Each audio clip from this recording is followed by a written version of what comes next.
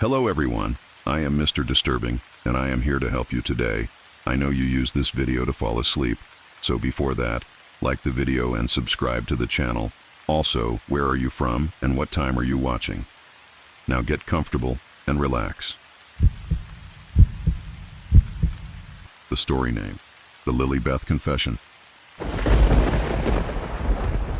My grandfather never talked about 1923, not to anyone, not even my mother. But one night when I was 14 and couldn't sleep, he told me something that never left me. I'd found him in his study, sitting with a glass of bourbon and a small wooden figure no bigger than my thumb. The thing had one eye carved deep and proper, the other just a shallow pit like someone had gouged it out with their fingernail. When I asked what it was, he looked at me for the longest time, then set down his glass. What he told me that night has eaten at me for 30 years.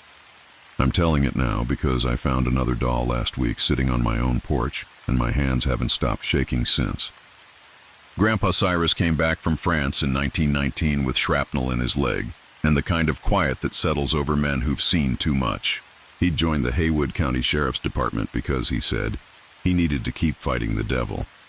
Not in some abstract way. He'd seen evil face to face in those trenches, watched it whisper in good men's ears until they started enjoying the killing. He knew it was real, and he knew it was patient. October 1923 was when the devil came home to North Carolina. It started with Lenny Mlan stumbling into the sheriff's office on a Monday morning, barefoot and reeking of corn liquor. Grandpa was the first one there, always opened up at 7 sharp, and he could smell the man before he saw him. Mlan's eyes were bloodshot, but not from drink, from something deeper, something that had been eating at him from the inside. Mlan collapsed into a chair and begged to be locked up, said he'd murdered his wife and baby girl with an axe, hacked them to pieces while they slept. The way he said it, flat and hollow like he was reading from a script, made Grandpa's skin crawl. But when they drove out to Woodrow to check, they found exactly what Mlan had described. The axe was still there, blood dried black on the blade. The bodies were in the bed, still holding each other. What stuck with Grandpa wasn't the gore. He'd seen worse in France. It was the wooden doll sitting on the kitchen table, watching them with its one good eye. During the interrogation, Mlan told them about the woman. Called herself Lilybeth, he said, and she was the most beautiful thing he'd ever seen. Auburn hair that caught the light like fire, green eyes that seemed to know every secret he'd ever kept. She'd started appearing on his walk home from the sawmill about 2 months before the murders. Mlan described those first conversations with the kind of detail that made Grandpa's stomach turn. How she'd known about his mother's maiden name without being told. How she'd mentioned his wife's habit of humming while she cooked, though they'd never spoken of such things. How she'd seemed to understand him better than he understood himself. You ever meet someone whose smile just didn't feel human? That's what Mlan kept coming back to. How her smile never quite reached her eyes. How she seemed to be watching him even when she was looking away. But he'd been so grateful for the attention, so starved for someone who saw him as more than just another mill worker with calloused hands and sawdust in his hair. She'd worked on him slowly, like water wearing down stone. First, she'd just listened to his complaints about his wife's crying baby, about the endless responsibility, about how trapped he felt. Then she'd started asking questions. Did he love his wife? Did he think she loved him? Wouldn't it be better if they were both free? The idea came to him, or so he thought, during one of their evening walks. If his wife and child were already pure souls, wouldn't sending them to heaven be the greatest gift he could give them? Lilybeth had smiled when he'd shared this revelation, and he'd felt such pride in his cleverness. The night of the murders, she'd promised to meet him at the old oak grove past Miller's Creek. He'd done what needed doing, cleaned himself up, and run through the woods to their meeting place. But she wasn't there. Just a wooden doll sitting in the moonlight, one eye carved deep, the other a shallow pit. While Mlan sat in his cell, screaming apologies to ghosts, 2 more calls came in. Will Browning had blown apart his wife and twin boys with a shotgun, then poisoned himself with bad moonshine down by the creek. Arlo Mackmore had gutted his sister, then walked off Tanville Bridge and broke his neck on the rocks below. Each scene had a doll. Each man had been seen talking to a beautiful woman with auburn hair in the weeks before the killings.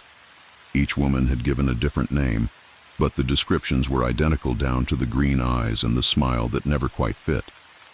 Grandpa and the other deputies worked those cases for months, going door to door, asking about the mysterious woman. But nobody in Haywood County had ever seen her. Nobody except the 3 dead men, and they'd taken their secrets with them. The truth came out 20 years later when Grandpa was visiting old Sheriff Garrett, who'd been on the force back in the 1890s. Grandpa had brought one of the dolls with him, wrapped in cloth, and when Garrett saw it, his face went white. The old man told him about the spinster who'd been murdered in 1894.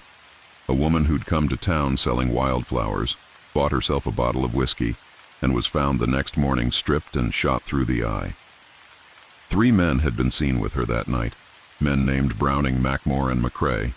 All of them had gotten away with it on a technicality, had to leave town because of the threats, but they'd never paid for what they'd done.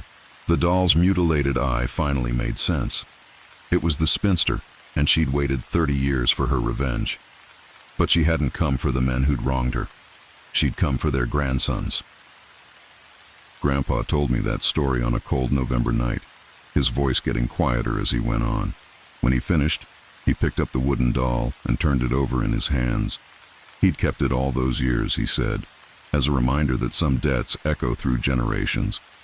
I thought about that story often over the years, but it didn't feel real until last week. I was coming home from work when I saw something sitting on my porch swing, small and wooden, with one eye carved deep and the other just a shallow pit. I picked it up with shaking hands and felt the weight of 30 years of silence.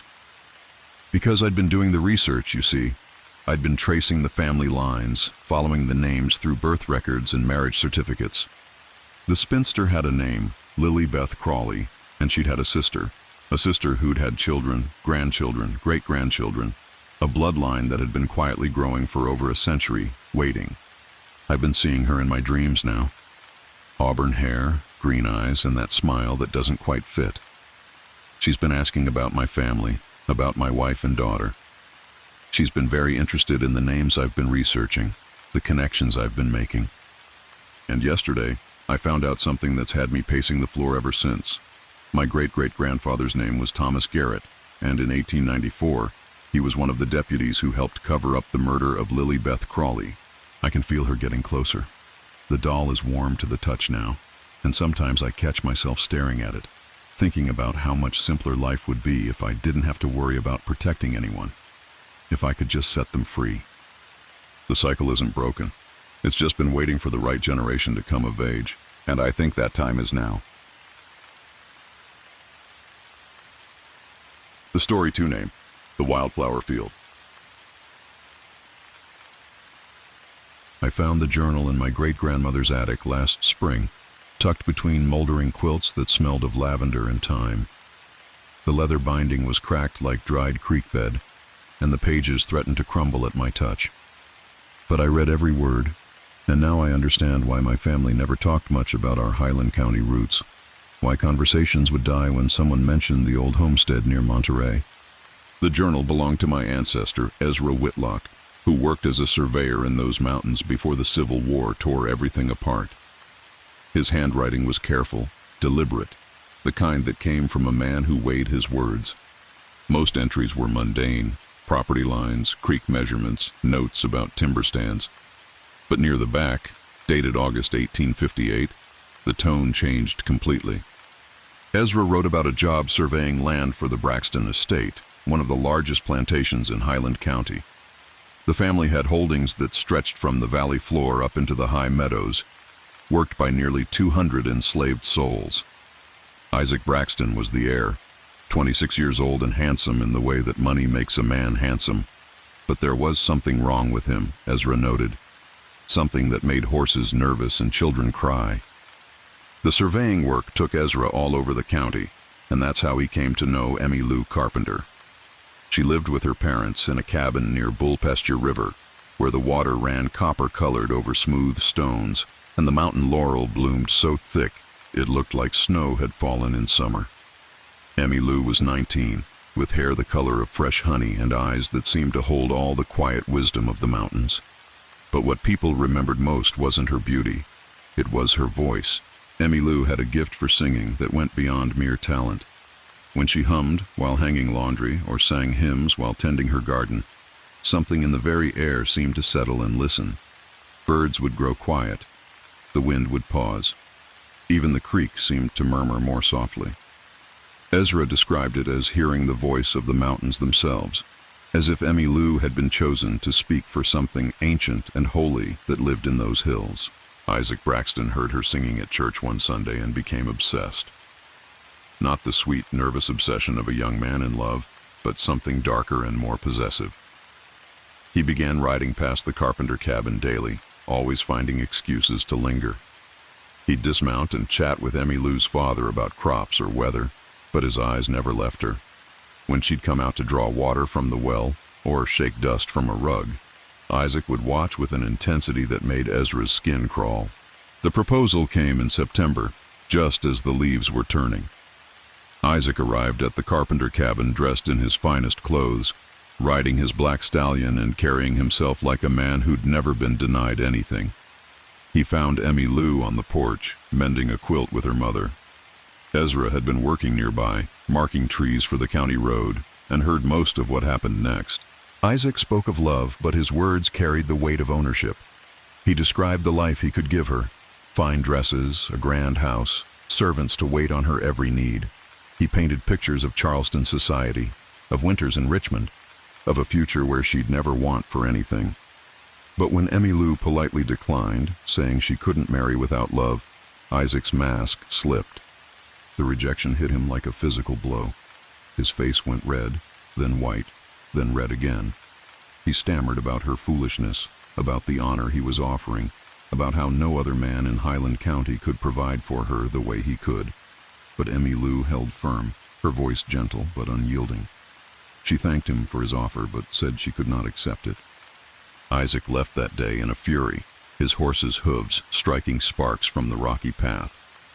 But Ezra noted something else in his journal, the way the very air seemed to thicken as Isaac rode away, how the birds fell silent and stayed that way long after the hoofbeats faded. Even the creek seemed to whisper differently, carrying what sounded almost like warnings. Over the following weeks, Isaac's behavior grew stranger. He'd been known for his cruelty to the enslaved people on his father's plantation, but now that cruelty took on new dimensions. He became unpredictable, violent, consumed by the idea that Emmylou belonged to him by right. Ezra heard stories from other surveyors and travelers, Isaac ranting about ungrateful mountain folk, about teaching lessons to those who didn't know their place. But Emmylou seemed protected by something Ezra couldn't quite name. Whenever Isaac tried to corner her at the general store or approach her on the mountain paths, circumstances would intervene. A sudden rainstorm would send her hurrying home. A neighbor would appear at just the right moment. Once, Isaac's horse threw a shoe directly in front of the carpenter cabin, and by the time he'd walked to the blacksmith and back, Emmylou was nowhere to be found. You ever get the feeling the ground itself is holding its breath? That's how Ezra described those autumn days in Highland County. The very mountains seemed to be waiting for something, coiled like a snake preparing to strike.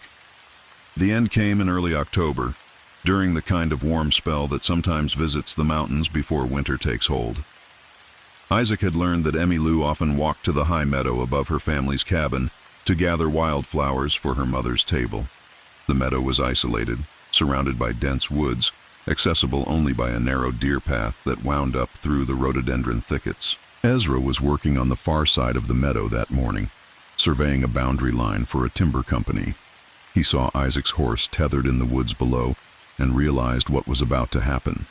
But the meadow was large, and Ezra was too far away to intervene without revealing his presence and possibly making things worse.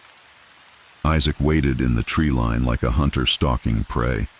When Emmylou appeared, carrying her wicker basket and humming one of the old mountain songs, Isaac stepped out of the shadows.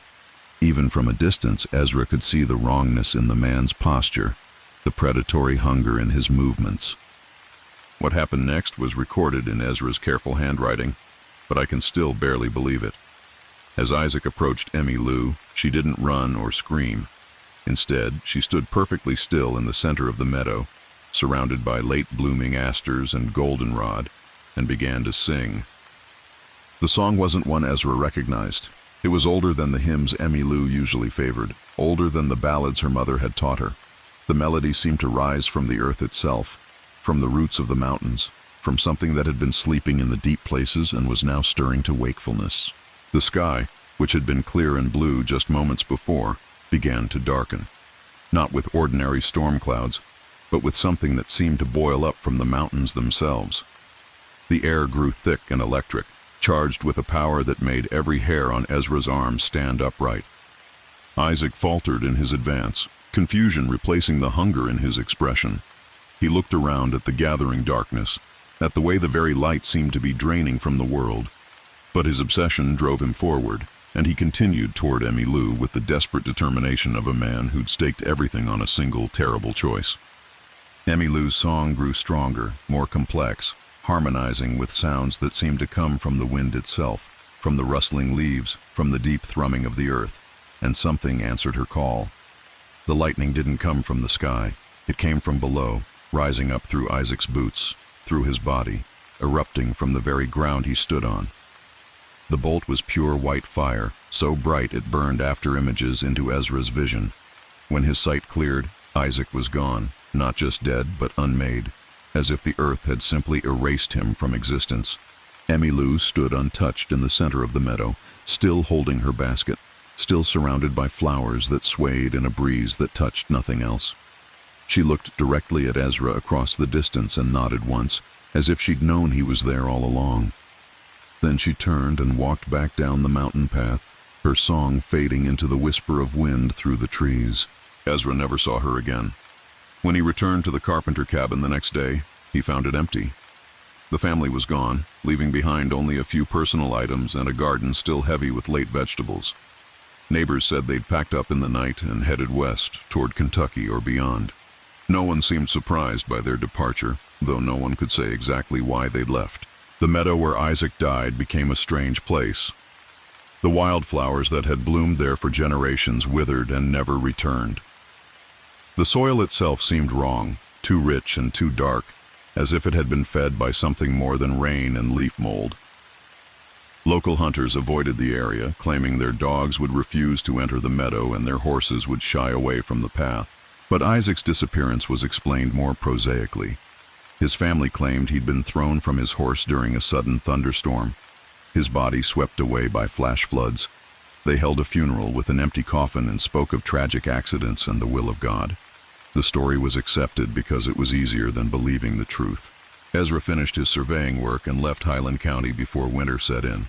But he carried the memory of that October morning with him for the rest of his life, along with a bone-deep certainty that some protections run deeper than human law or social convention.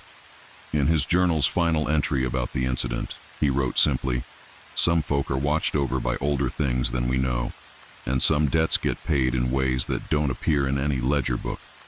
I've been back to Highland County 3 times since reading Ezra's journal, trying to find traces of the old Braxton plantation or the carpenter cabin.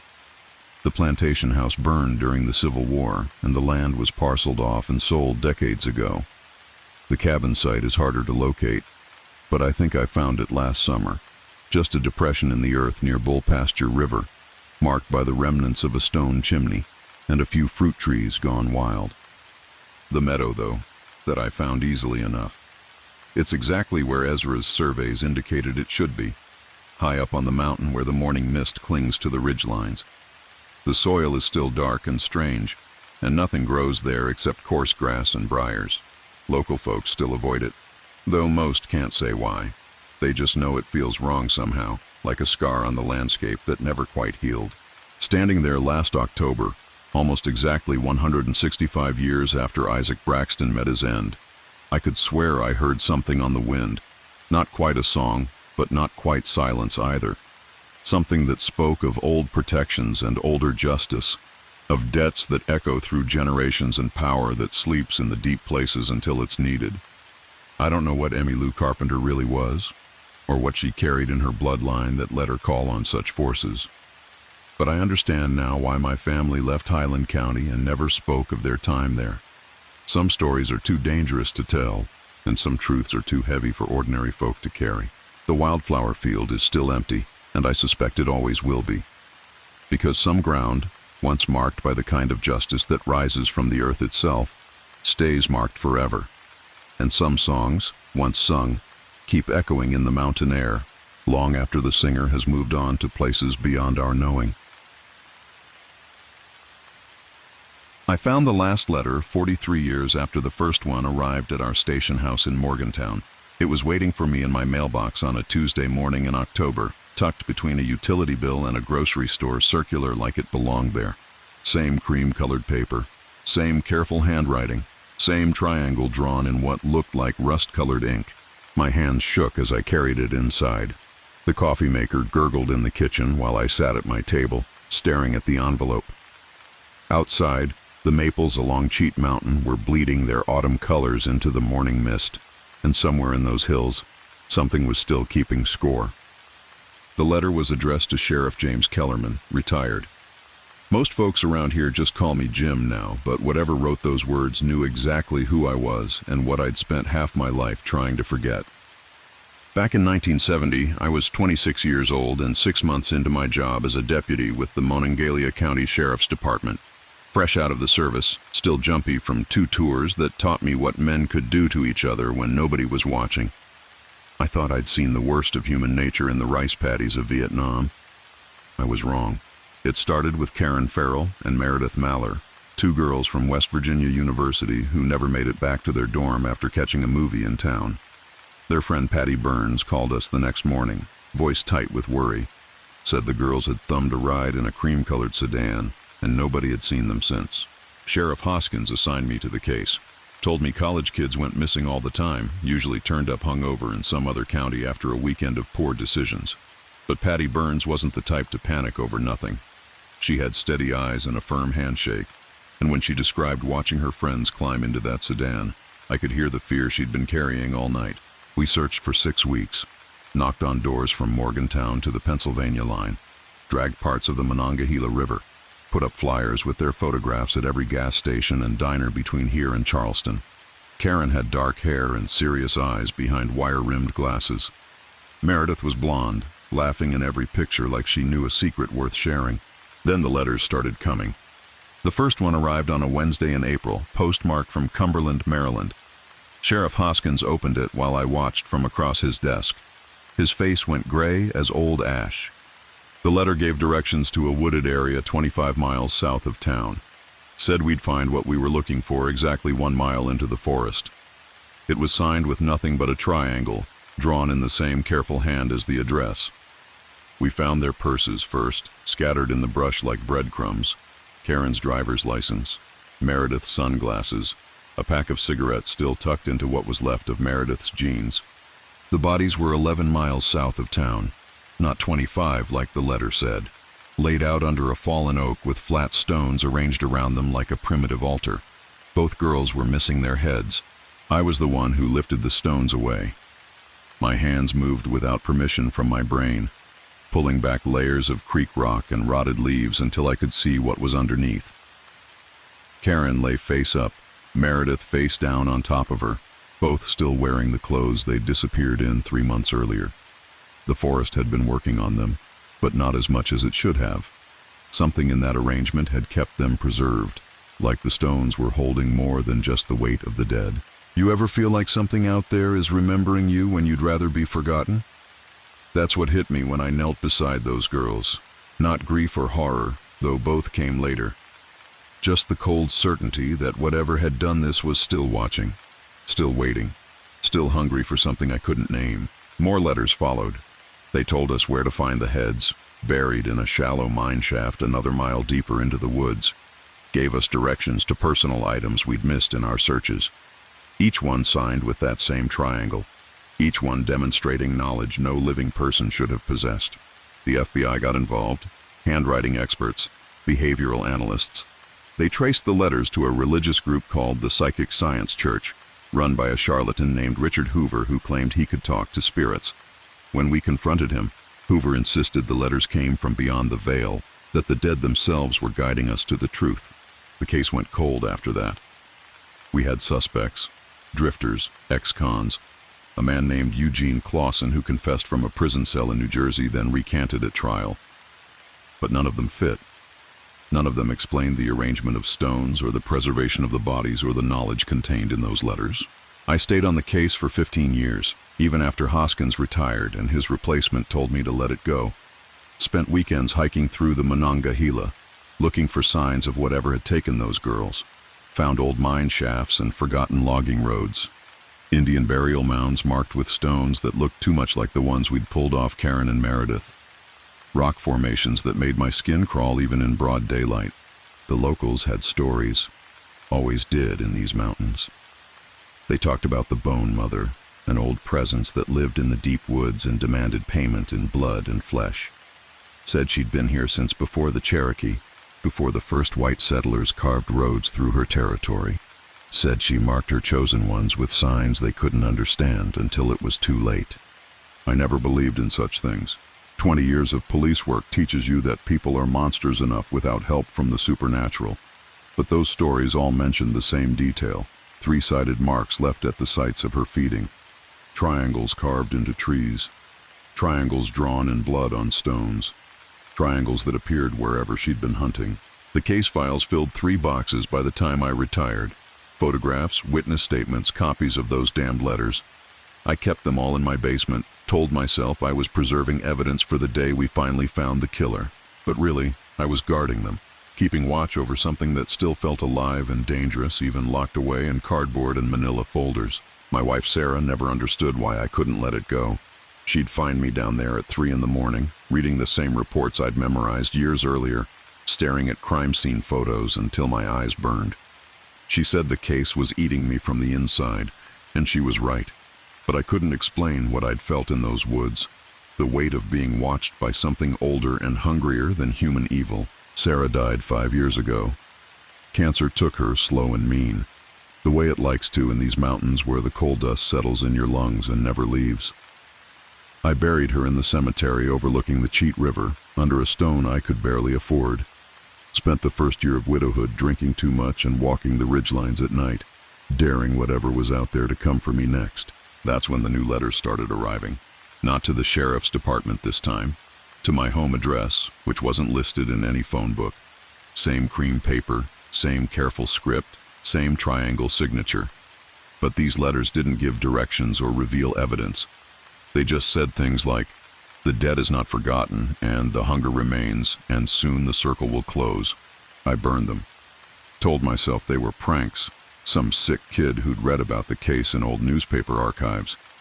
But my hand shook every time I lit the match, and the ashes never seemed to blow away completely.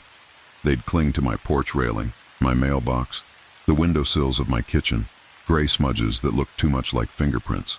The letter I found yesterday was different, longer, more detailed. It thanked me for my service, for keeping the old knowledge alive through all those years of searching. Said I'd been chosen for my dedication, marked for my persistence. Said the work that began with Karen and Meredith was finally ready to be completed. It told me to come to the old mine shaft where we'd found their heads. Told me to come alone, at midnight, on the night of the new moon. Said there were things I needed to understand about the nature of payment and debt, about the difference between justice and hunger. The letter ended with coordinates I didn't need to look up. I'd memorized every square mile of that search area decades ago. And at the bottom, below the familiar triangle, someone had written, "The Bone Mother remembers her faithful servants." I should have called the state police. Should have driven to the FBI field office in Pittsburgh and handed over everything I'd kept hidden in my basement. Should have done a lot of things that would have been smart and safe and rational. Instead, I loaded my service revolver and drove up the mountain. The old mine shaft was exactly where I remembered it, hidden behind a screen of rhododendron and mountain laurel that had grown thicker in the 43 years since our last visit. My flashlight beam picked out the rusty rails that had once carried coal cars up from the deep places. The wooden supports were rotted now, sagging under the weight of time and neglect. But the stones were new. Flat creek rocks arranged in a perfect triangle around the shaft opening, each one larger than the ones we'd found on the girls' bodies. They gleamed in my flashlight beam like they'd been washed and polished, and when I knelt to examine them more closely, I could see symbols carved into their surfaces. Not letters or numbers, but marks that hurt to look at directly. The shaft descended at a steep angle, disappearing into blackness that seemed to swallow my light. I could hear water dripping somewhere far below, and underneath that, a sound like breathing, slow and patient and vast. I should have left then. Should have backed away from that hole in the ground and driven home to my empty house and my quiet retirement. Should have let the dead stay dead and the hungry stay hidden. But 43 years of wondering had worn me down to the bone. I needed to know what had taken those girls. Needed to understand what had been watching me from the dark places all this time. I tied my rope to one of the rusty rails and started down. The shaft went deeper than it should have. Deeper than any coal mine in these mountains. Deeper than the geology allowed. My flashlight beam showed walls that changed from carved stone to something older. Something that looked like it had been melted and reformed by heat that didn't come from any furnace. The air grew thick as I descended. Not just stale, but heavy with the weight of age and appetite. My lungs worked harder with every breath, and the taste of copper filled my mouth. Behind me, the circle of stars at the shaft opening grew smaller and smaller until it looked like a distant coin. The bottom opened into a cavern that my light couldn't find the edges of. The sound of dripping was louder here, echoing off invisible walls. And in the center of the space, arranged in a pattern that made my eyes water, were bones. Not just Karen and Meredith, dozens of skeletons, maybe hundreds, laid out in concentric triangles that spiraled inward toward something I couldn't quite see. Some of the bones were old, yellowed with age. Others still had scraps of clothing clinging to them, fabric I recognized from missing person reports that went back decades. At the center of the spiral, where all the triangles converged, was a pool of water so black it looked solid. The surface didn't reflect my light. It seemed to absorb it, drinking the illumination like a mouth drinks blood. Something moved in the water, not swimming, but shifting, like a vast body rolling over in its sleep. The bones around the pool rattled softly, and the sound echoed through the cavern like applause. That's when I understood. The letters hadn't been leading us to evidence. They'd been leading us to an altar. The girls hadn't been murdered by a human killer. They'd been offered to something that lived in the deep places, something that demanded regular feeding to keep it satisfied and sleeping. The Bone Mother. The hunger that wore the shape of missing persons reports and unsolved cases. The debt that could never be fully paid, only postponed with fresh offerings. I turned to climb back up the shaft, but my rope was gone, cut clean through about 10 feet above where I stood, and carved into the stone wall where the rope had been tied was a fresh triangle, still bleeding whatever passed for blood in this place. Behind me, the water began to churn. I don't remember climbing out of that shaft. Don't remember the drive home or the long night I spent sitting at my kitchen table, staring at my hands and trying to forget what I'd seen in the deep places. But I remember the sound of something vast and patient settling back into sleep, and the knowledge that my debt was now current. The letter I found this morning was a receipt, I think. A thank you note for services rendered. It informed me that the Bone Mother was satisfied with my offering, that my years of faithful service had been noted and appreciated, that the contract begun with Karen Farrell and Meredith Maller was now complete, but it also included an address, a house number on Elm Street where a young woman named Jennifer Pate lives alone while finishing her degree at the university. It included her class schedule, her part-time job at the campus bookstore, her habit of walking home after dark on Thursday nights. And at the bottom of the page, below the familiar triangle, someone had written, "The work continues. The faithful are always rewarded." I'm writing this down because I need someone to understand what really happened to those girls 43 years ago. Need someone to know that the thing in the deep places is still there, still hungry, still collecting its debts from the living. The case files are still in my basement, all 3 boxes of evidence and photographs and unanswered questions. Maybe someone smarter than me can figure out how to kill something that's been feeding on these mountains since before there were names for the peaks and valleys. Or maybe they'll just become the next faithful servant, keeping watch over the old knowledge until their turn comes to descend into the dark places. The new moon is tomorrow night. Jennifer Pate works late at the bookstore on Thursdays, And somewhere in my pocket, there's a fresh piece of rope that wasn't there yesterday, coiled and ready for whatever comes next. The Bone Mother is very patient with her servants, but she never forgets what she's owed.